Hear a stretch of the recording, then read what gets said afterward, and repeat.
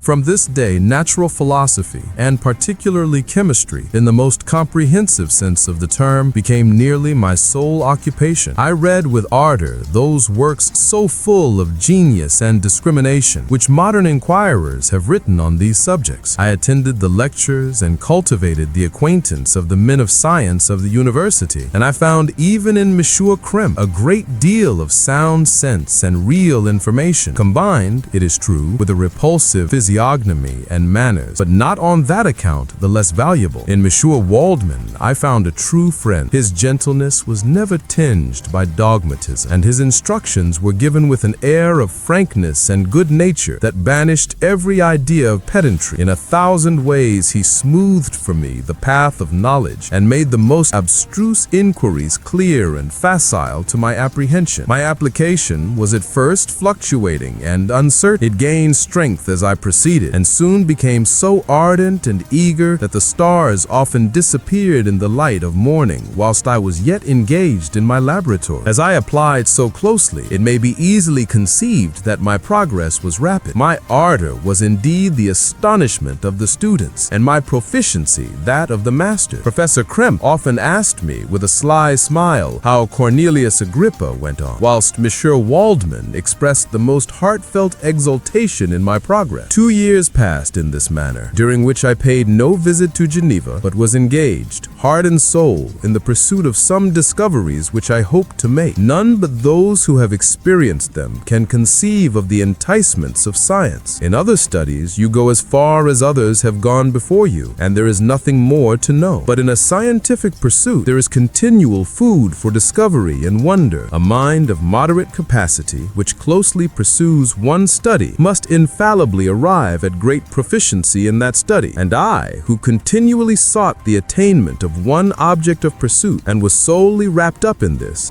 improved so rapidly that at the end of 2 years I made some discoveries in the improvement of some chemical instruments, which procured me great esteem and admiration at the university. When I had arrived at this point and had become as well acquainted with the theory and practice of natural philosophy as depended on the lessons of any of the professors at Ingolstadt, my residence there being no longer conducive to my improvements, I thought of returning to my friends and my native town, when an incident happened that protracted my stay. One of the phenomena which had peculiarly attracted my attention was the structure of the human frame, and indeed any animal endued with life. Whence, I often asked myself, did the principle of life proceed? It was a bold question, and one which has ever been considered as a mystery. Yet with how many things are we upon the brink of becoming acquainted if cowardice or carelessness did not restrain our inquiries? I revolved these circumstances in my mind and determined thenceforth to apply myself more particularly to those branches of natural philosophy which relate to physiology. Unless I had been animated by an almost supernatural enthusiasm, my application to this study would have been irksome and almost intolerable. To examine the causes of life, we must first have recourse to death. I became acquainted with the science of anatomy, but this was not sufficient. I must also observe the natural decay and corruption of the human body. In my education, my father had taken the greatest precautions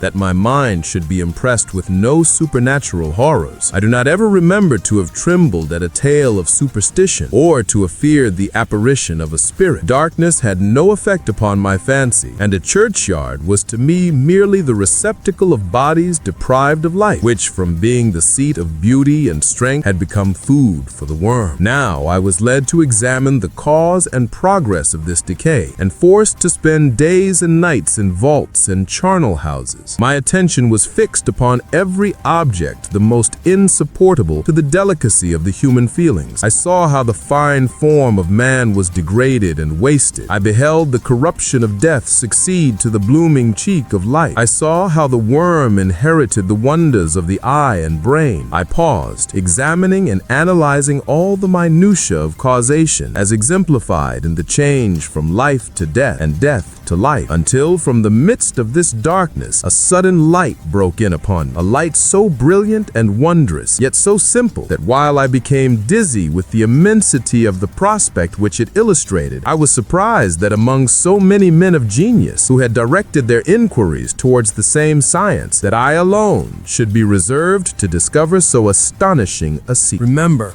I am not recording the vision of a madman. The sun does not more certainly shine in the heavens than that which I now affirm is true. Some miracle might have produced it, yet the stages of the discovery were distinct and probable. After days and nights of incredible labor and fatigue, I succeeded in discovering the cause of generation and life. Nay, more, I became myself capable of bestowing animation upon lifeless matter. The astonishment which I had at first experienced on this discovery soon gave place to delight and rapture. After so much time spent in painful labor, to arrive at once at the summit of my desires was the most gratifying consummation of my toils. But this discovery was so great and overwhelming that all the steps by which I had been progressively led to it were obliterated, and I beheld only the result. What had been the study and desire of the wisest men since the creation of the world was now within my grasp. Not that, like a magic scene, it all opened upon me at once. The information I had obtained was of a nature rather to direct my endeavors so soon as I should point them towards the object of my search, than to exhibit that object already accomplished. I was like the Arabian who had been buried with the dead and found a passage to life, aided only by one glimmering and seemingly ineffectual light. I see by your eagerness and the wonder and hope which your eyes express, my friend, that you expect to be informed of the secret with which I am acquainted. That cannot be. Listen patiently until the end of my story, and you will easily perceive why I am reserved upon that subject. I will not lead you on, unguarded and ardent as I then was, to your destruction and infallible misery. Learn from me, if not by my precepts, at least by my example, how dangerous is the acquirement of knowledge, and how much happier that man is who believes his native town to be the world than he who aspires to become greater than his nature will allow. When I found so astonishing a power placed within my hands, I hesitated a long time concerning the manner in which I should employ it. Although I possessed the capacity of bestowing animation, yet to prepare a frame for the reception of it, with all its intricacies of fibers, muscles, and veins, still remained a work of inconceivable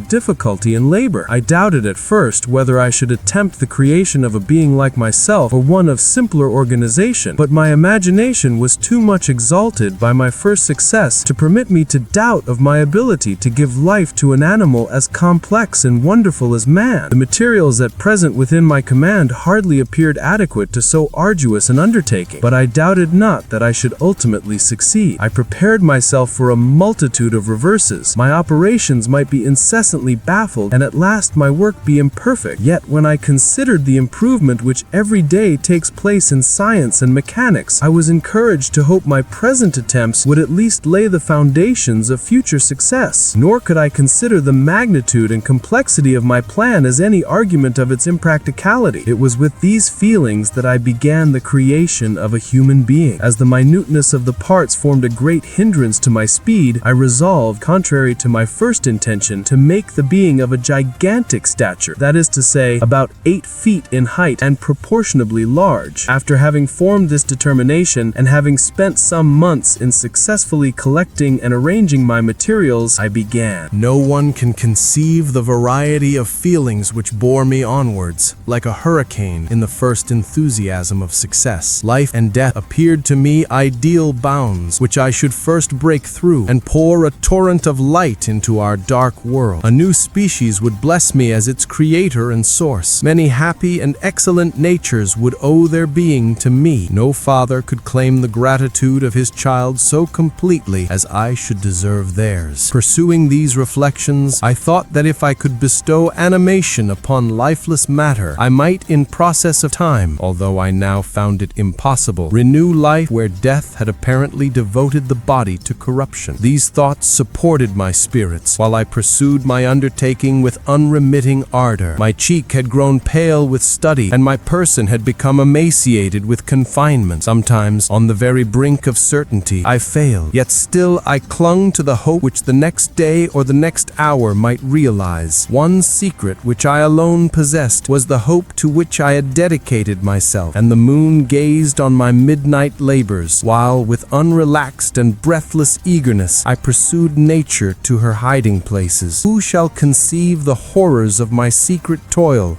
as I dabbled among the unhallowed damps of the grave, or tortured the living animal to animate the lifeless clay? My limbs now tremble, and my eyes swim with the remembrance. But then a resistless intense and almost frantic impulse urged me forward. I seemed to have lost all soul or sensation but for this one pursuit. It was indeed but a passing trance that only made me feel with renewed acuteness so soon as the unnatural stimulus ceasing to operate, I had returned to my old habits. I collected bones from charnel houses and disturbed with profane fingers the tremendous secrets of the human frame in a solitary chamber, or rather cell, at the top of the house and separated from all the other apartments by a gallery and staircase. I kept my workshop of filthy creation. My eyeballs were starting from their sockets in attending to the details of my employment. The dissecting room in the slaughterhouse furnished many of my materials, and often did my human nature turn with loathing from my occupation, whilst still urged on by an eagerness which perpetually increased. I brought my work near to a conclusion. It was a most beautiful season. Never did the fields bestow a more plentiful harvest, or the vines yield a more luxuriant vintage, but my eyes were insensible to the charms of nature, and the same feelings which made me neglect the scenes around me caused me also to forget those friends who were so many miles absent and whom I had not seen for so long a time. I knew my silence disquieted them, and I well remembered the words of my father. I know that while you are pleased with yourself, you will think of us with affection, and we shall hear regularly from you. You must pardon me if I regard any interruption in your correspondence as a proof that your other duties are equally neglected. I knew well, therefore, what would be my father's feelings, but I could not tear my thoughts from my employment, loathsome in itself, but which had taken an irresistible hold of my imagination. I wished, as it were, to procrastinate all that related to my feelings of affection until the great object, which swallowed up every habit of my nature, should be completed. I then thought that my father would be unjust if he ascribed my neglect to vice or faultiness on my part, but I am now convinced that he was justified in conceiving that I should not be altogether free from blame. A human being in perfection ought always to preserve a calm and peaceful mind, and never to allow passion or a transitory desire to disturb his tranquility. I do not think that the pursuit of knowledge is an exception to this rule. If the study to which you apply yourself has a tendency to weaken your affections and to destroy your taste for those simple pleasures in which no alloy can possibly mix, then that study is certainly unlawful. That is to say, not befitting the human mind. If this rule were always observed, if no man allowed any pursuit whatsoever to interfere with the tranquility of his domestic affections, Greece had not been enslaved. Caesar would have spared his country. America would have been discovered more gradually, and the empires of Mexico and Peru had not been destroyed. But I forget that I am moralizing